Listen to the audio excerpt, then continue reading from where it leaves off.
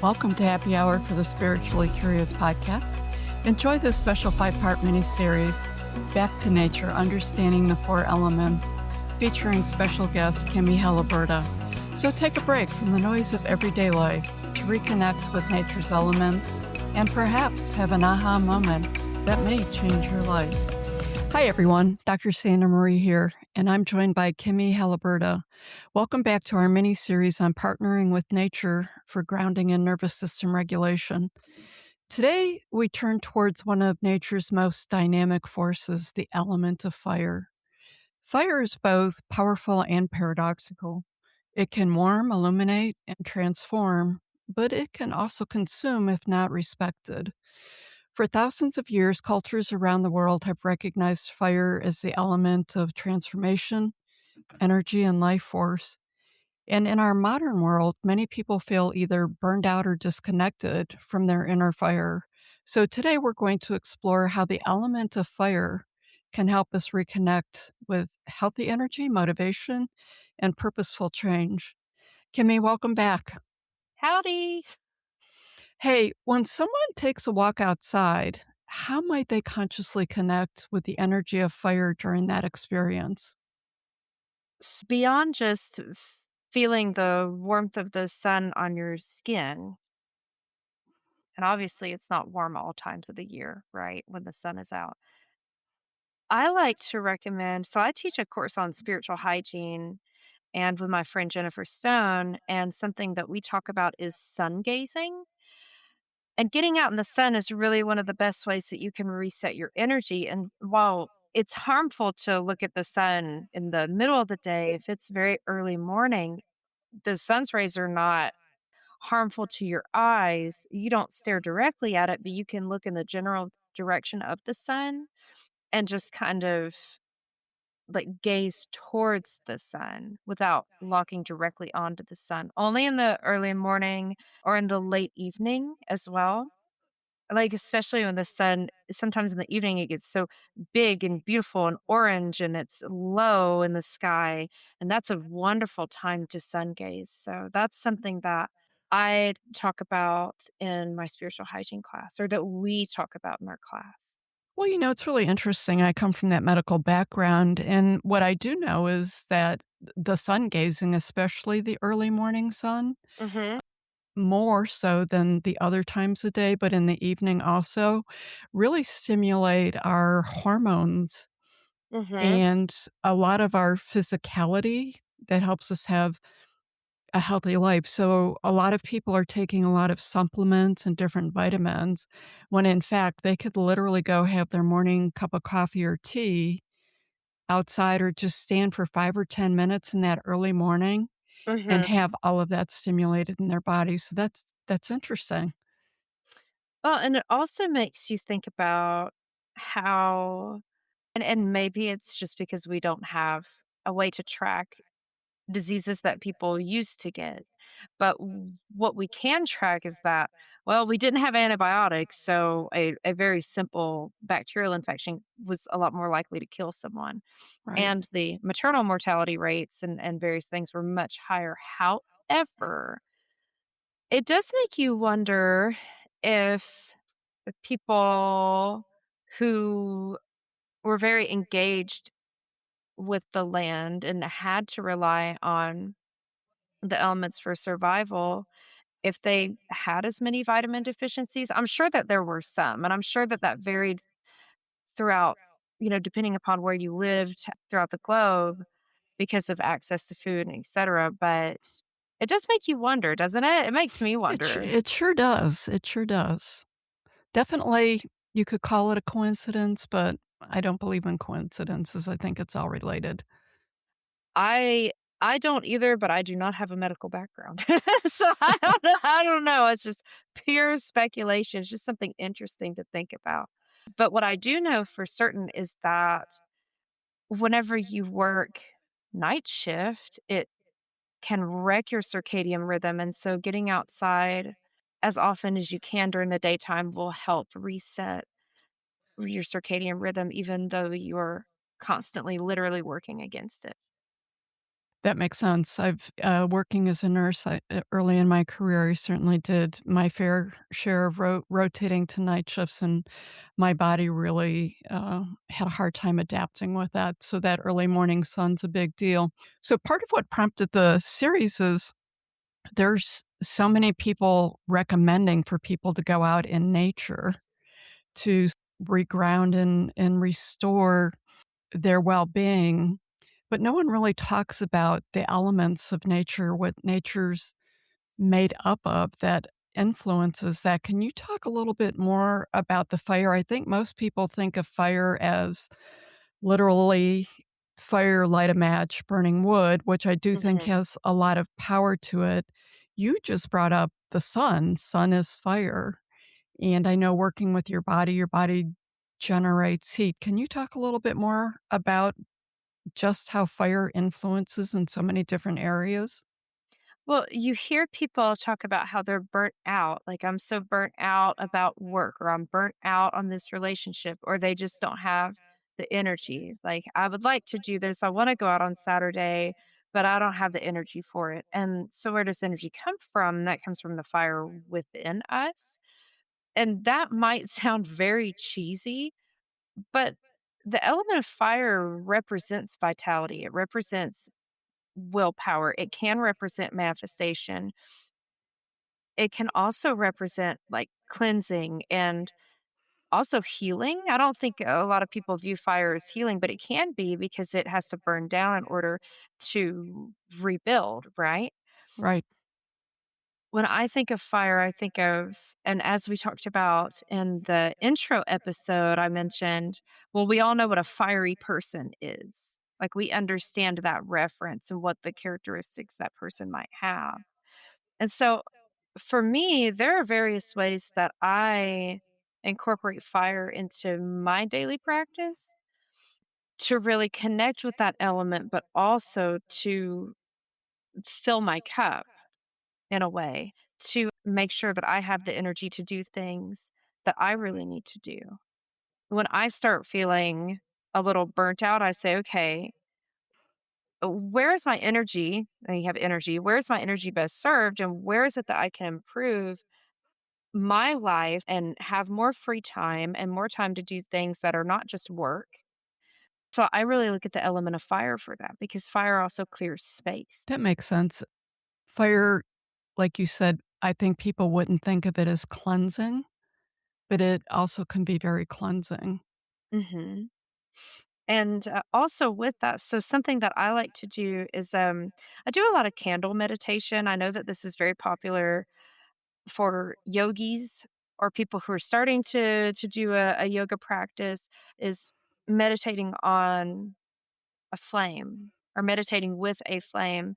And you can focus on the qualities of the flame, whether that's warmth or transformation, the light of the flame, the way the flame crackles, the way it grows, the way the wax melts underneath it, and maybe even paying attention to how the wax melts. For me, typically, if I sit with a candle, I'm going to put an intention into that candle and whether that's letting go of something, because fire can really be used to let go or to manifest. You can do either. I think most people think of it as letting go, so, yeah, talk a little more about that. Oh, well, I also bring in with fire because if you think about it as building energy into something, because energy comes from the life force within you, which is like your fire, right? Like some people say, well, that's the fire in your belly. I use that and I use candle magic to manifest, but I do also let go as well with it. And what I mean by that is, let's say I've decided to, so on one hand, if I've decided, okay, this person in my life is no longer good for me, and I do the practical 3D things, like I'm not talking to them, I'm separating from their energy. Maybe I light a candle and say, I'm not going to worry about this or this person anymore. They are totally gone from my reality. Maybe I do that, let it burn out all the way. Maybe I light a candle and say, I have this foster dog that's really sick, and I'm going to light a candle and pray for healing for that dog with the candle and with the fire. And so you can manifest healing, but that's also letting go of an illness. Ah, Or, for example, right? So there's your balance, there's your letting go and bringing in. And I also, one of my favorite things to do is to manifest. Like I'll do money manifestations with a green candle, and so I'll bring prosperity into my life. But I also, at the same time, like I let go of being stuck in a chaos state or a poverty frequency that doesn't help me to be a productive or successful person. And so it is very much about letting go, but you can also bring in with fire. But some people like to simply sit with a candle and light the flame and think about the qualities and almost like envision that flame in your own body, building energy and building life force and manifesting all sorts of new opportunities and possibilities for you. thank you for describing it that way. The one thing that's really striking me with this is with the elements, you can actually bring nature inside to Yes. really experience nature and partner with nature and helping us to ground or release or whatever growth that we're in a transformational period. We could actually bring this Mhm. inside because we think of nature always as outside of an environment or a workplace or a building. Yes, absolutely. And there's also things like, so if you think about it this way, let's say you're just meditating with a flame, just to do so, just to feel the energy inside of your body. Well, there's also the violet flame where you don't have to have a physical flame in front of you. You can also envision a flame in your body without a candle. And so the violet flame which is associated with Saint Germain, Right. and it's used for healing and revitalization. So you can think of the violet flame. And I actually like to envision the violet flame in my solar plexus. Most people think of it as like in their crown chakra. I don't. I think of it in my solar plexus and it gets big and it gets bigger than me. Or sometimes I will meditate and think of myself being surrounded by a violet flame. And sometimes I make the flame pink because I really like pink. but, but the flame is your oyster. You can do anything with it. There's lots of different ways to envision it. And when you talk about bringing it inside, yes, you can bring the elements literally inside, but you can also energetically do so, which is what I'm talking about. But one way that you can bring the elements in safely is I have a little cast iron cauldron that I love to use for burning things, like whether it's little pieces of sage or yerba santa or palo santo dust or whatever it is. I love taking because I'll smudge my house with it. I love taking a piece of paper and I'll write down things that I just don't want to deal with anymore and I just refuse to deal with. So I'll write them down. I'll put them in my cauldron and set them on fire and like put it on like a fire safe plate or coaster or something because the cauldron's cast iron and it gets hot. But I will just kitchen counter. I have something small that I want to burn and it's cold outside and I don't feel like going out. I will just burn that little piece of paper, let go of whatever it is and let it be done.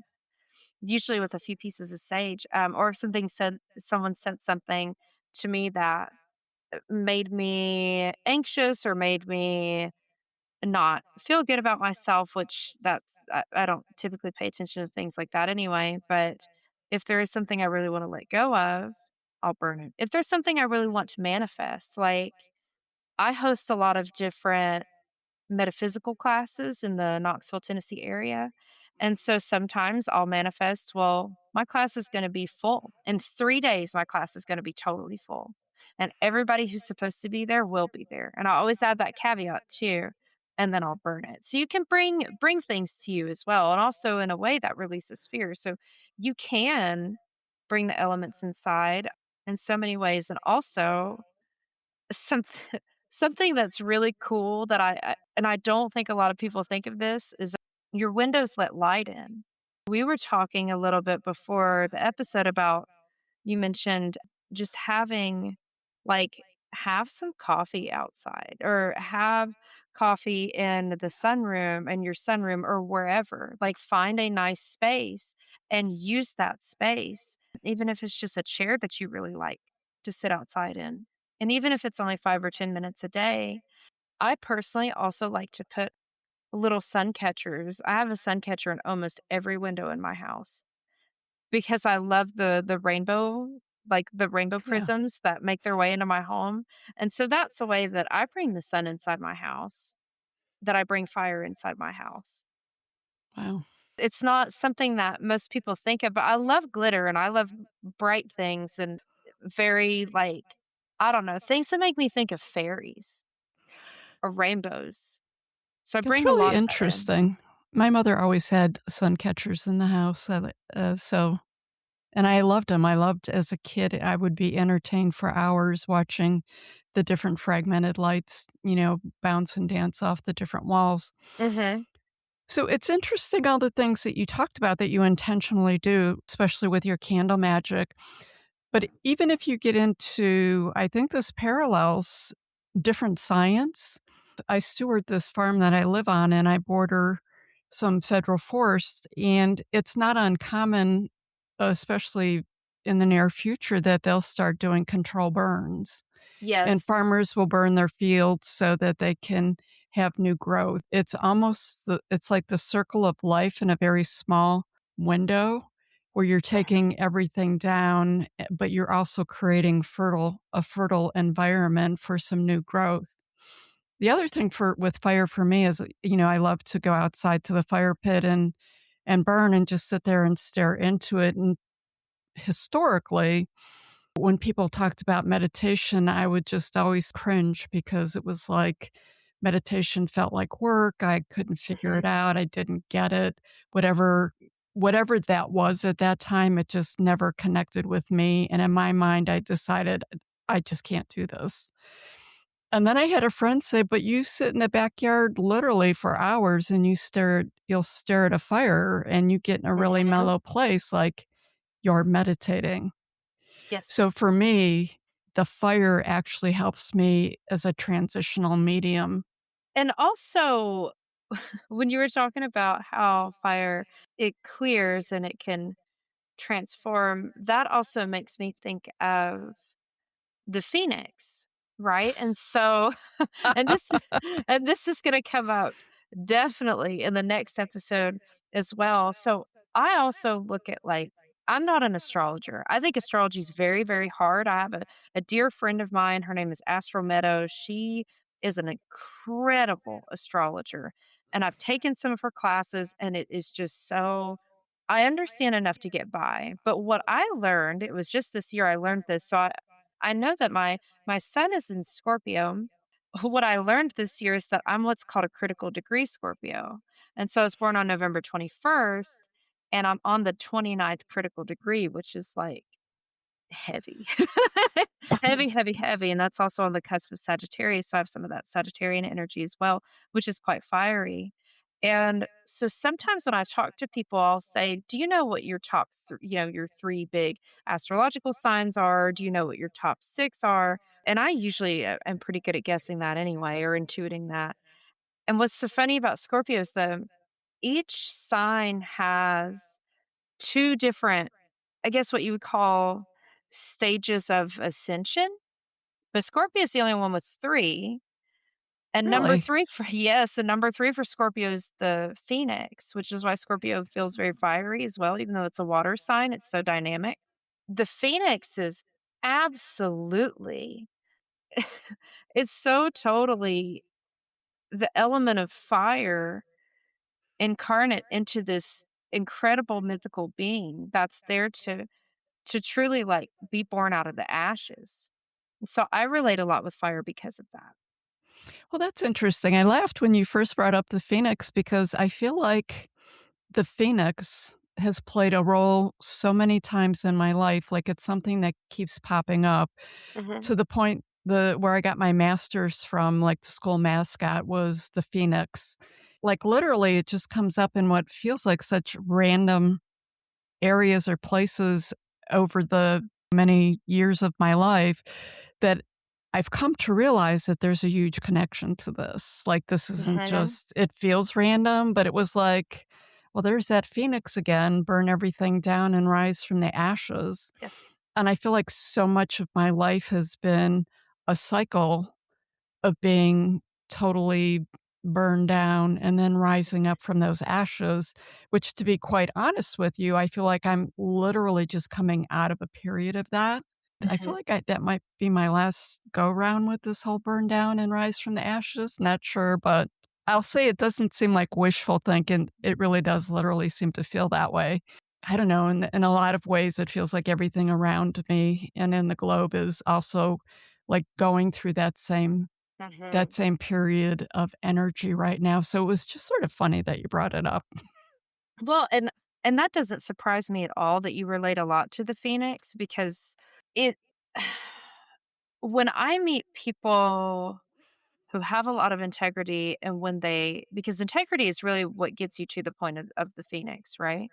And being true to yourself and really just allowing yourself to transform fire energy and the phoenix really truly represent, are you willing to let go of everything in your past? You have enough confidence in yourself and do you have enough integrity to go forward into something that you don't know what it's going to look like? And do you trust the universe enough to say, okay, I'm going to let go and just absolutely go on whatever ride that is? And that's also what the Phoenix is about as well. It's much like forest fires, the ones that are not created by people, which really prominent climate issues, it's hard to say what's created by people and what's not, right? Because there's a lot of At this point, damage. yeah. Exactly, but we've always had forest fires, like, the fires have to come in to burn down and renew, as we talked about in the intro episode, and so the phoenix very much has that energy. But also, I was thinking about this while you were talking, there were 2 other ways that we can bring fire into our homes and into our very intentional consciousness by and it's something we do all the time, that we cook indoors. We cook, right? So we're cooking and we're Yeah. noticing that heat causes a transformation in food, which is also like the phoenix. It's all about transformation. And we, in Yeah. that way, when we're cooking, we could take the time to acknowledge how fire changes raw ingredients into nourishment. Or I would even go so far as to say you could become even more conscious by incorporating herbs with certain properties in them, whether they're magical healing properties into your food and allowing the fire to meld those properties together with something that came from the earth, right? So using Yeah. multiple elements. I mean, you're often using water and I mean, you're using all the elements, air, all of it. And so, especially when you serve food to someone like a loved one who's ill, like you cook them soup to, like, you make soup to make them feel better, right? Right. And so that's a very easy, well, I don't want to say easy. I want to say a mundane way that we bring the elements into our homes every day and we just don't think about it. We're not We could conscious be. in the thought Mhm. process. Exactly, and That's a big one. mhm. That's a big one. Kimmy, as we're winding this down, what would you say is one simple way someone could intentionally work with the element of fire this week, just to sort of introduce themselves to it? Well, if you have a fireplace, I guess you could turn that on, but It's otherwise yeah. So I'll say right now we're in the middle of a snowstorm, so I guess that would make sense that you went to Yeah. that example. But but you can so fire is also representative of movement, like, things happen when fires Right. happen. Fires ignite, so exercise, movement, fire, exercise, breath work. My friend has taught me this thing called dragon breath work, and it's really about, like, igniting the fire within, so you can look up dragon breath work and how you're supposed to do that. Huh, okay. Yeah, You I piqued do. my curiosity with that one. I recently did a dragon breath work meditation and it was pretty cool. I really liked it. It really actually made me feel like I opened my lungs quite a bit. You can dance, martial arts also directly related to the element of fire. So there's lots of different ways, but I would say be very intentional about what you're cooking and who you're cooking for, especially if it's for yourself and you're feeling burnt out. If you're feeling burnt out, look at different ways that you can incorporate time into your schedule. And maybe part of that time means allocating less to people who don't help ignite your fire. Ooh, those are really powerful words. Very powerful words. And that's okay. And giving yourself permission. Mhm. Yeah. Absolutely. And because sometimes our energy is just so if you go back to fire and energy, your energy is just so drained because there are people around you who are very draining.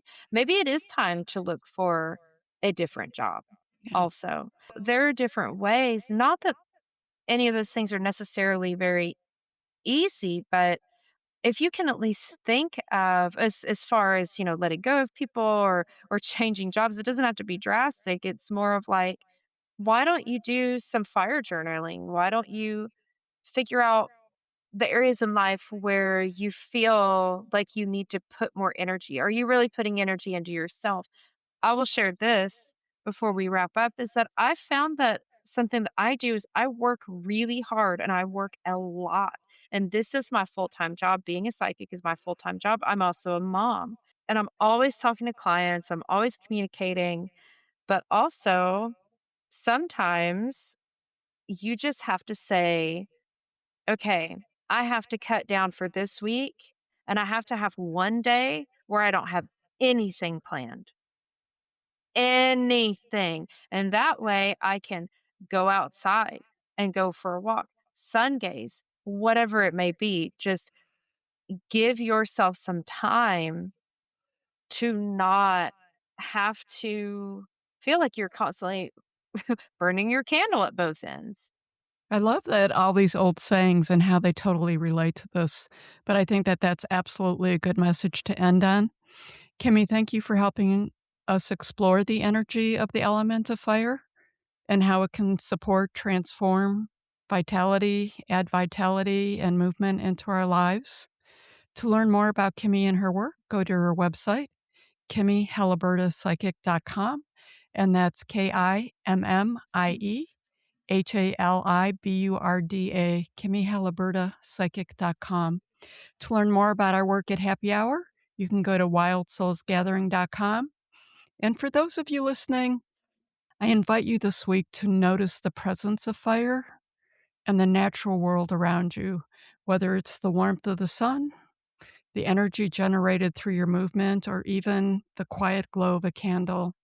Sometimes reconnecting with that spark in nature can help us reconnect with the spark within ourselves. Join us next time as we explore the element of water and how reconnecting with water can help us soften, release, and find balance. Until then, stay curious and stay connected to the natural world around you. Thanks, Kimmie. Thank you. Thank you for joining me for this episode of Happy Hour for the Spiritually Curious podcast. If you enjoyed today's conversation, please subscribe to the podcast and follow us on YouTube. And if you'd like to explore these topics more deeply, visit wildsoulsgathering.com, where you'll find free resources and guided practices designed to support your own journey of curiosity, healing, and personal growth. This is Dr. Sandra Marie, sending each of you peace and love.